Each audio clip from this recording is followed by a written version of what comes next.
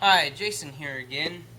This time with the 6 Moon Design Lunar Solo LE tent.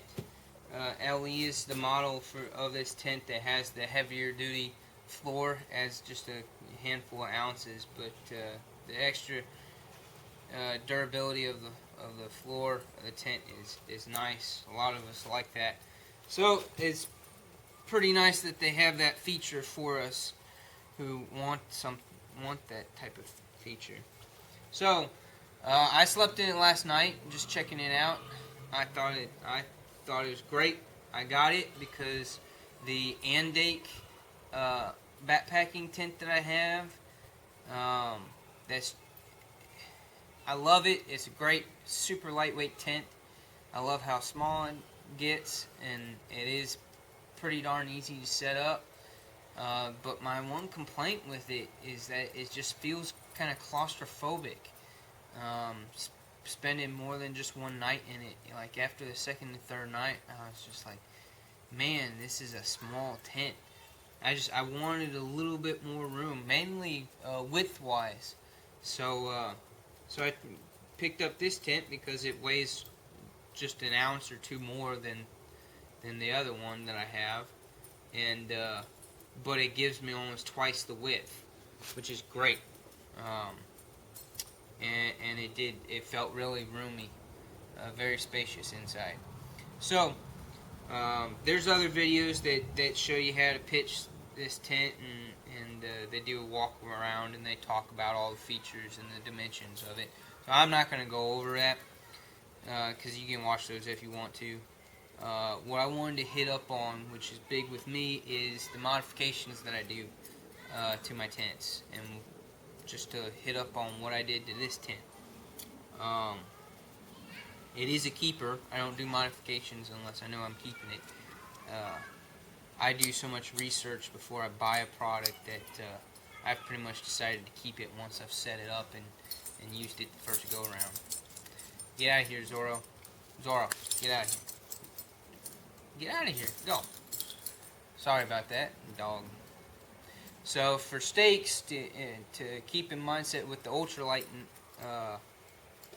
concept, the mini groundhogs is what I'm going with for this tent, and then a regular full-size Y stake tent knockoff of the regular groundhog stake is what I'm going to use for just one of them for just this guy line right here. That's the main guy line that connects up to the hiking pole, trek pole, or tent pole that the company actually does offer to sell with the tent.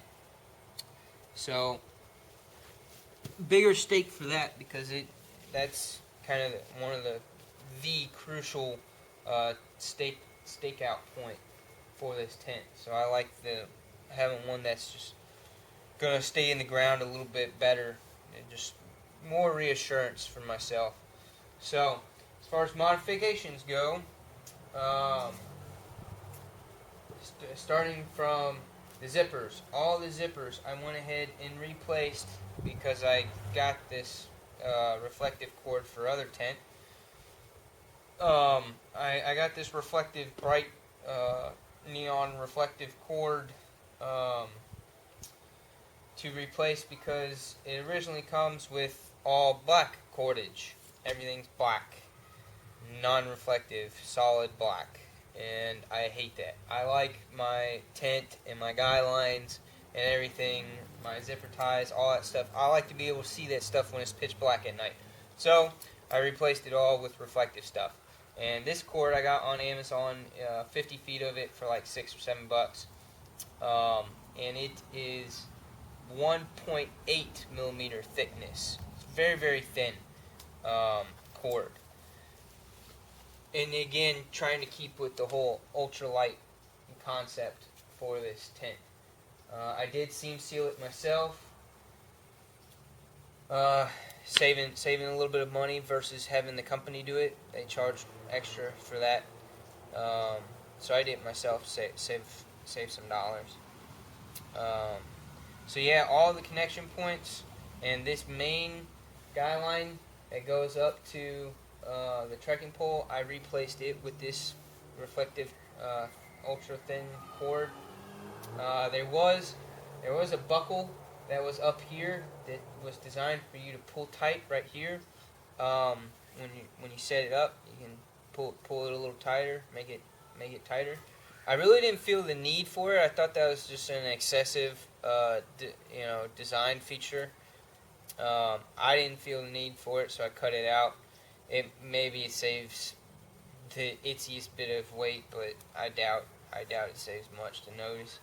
But I did it just because by replacing this cord with this thinner stuff, it didn't work with this thinner cord. It wouldn't stay. It just kept popping loose. So I took off the plastic buckle, so I don't have that feature.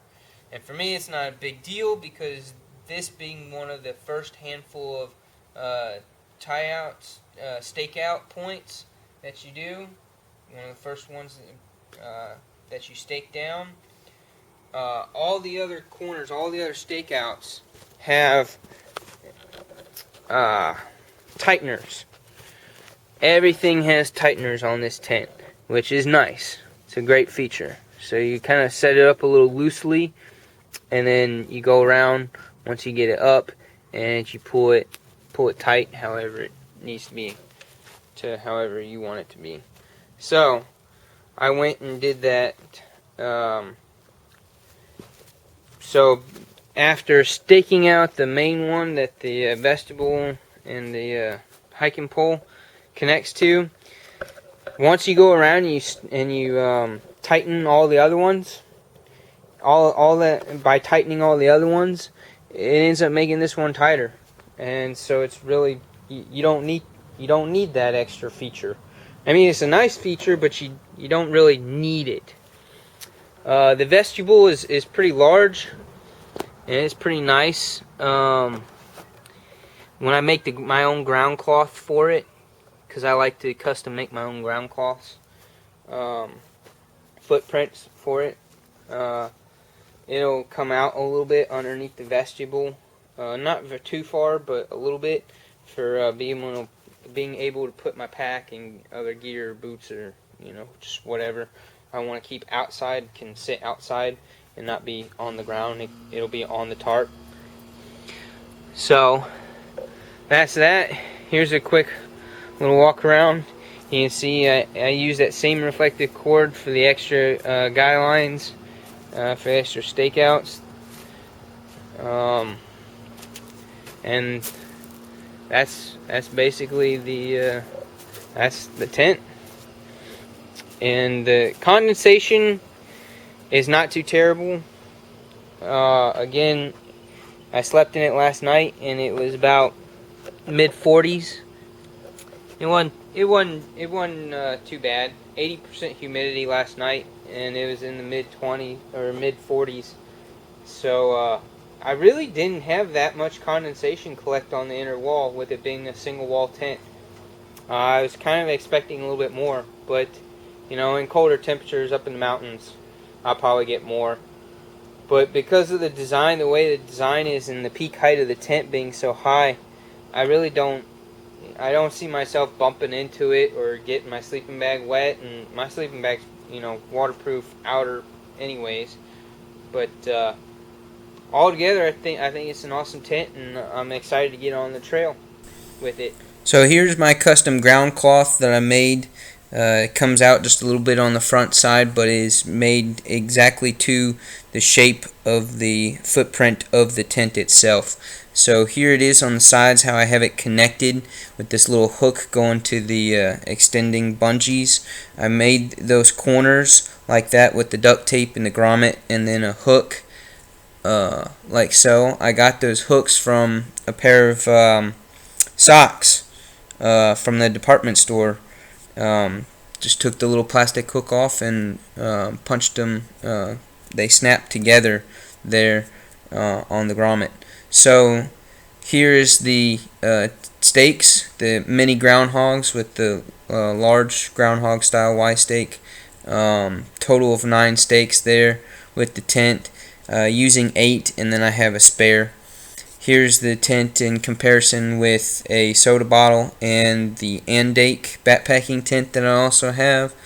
So that gives you an idea of the size comparison.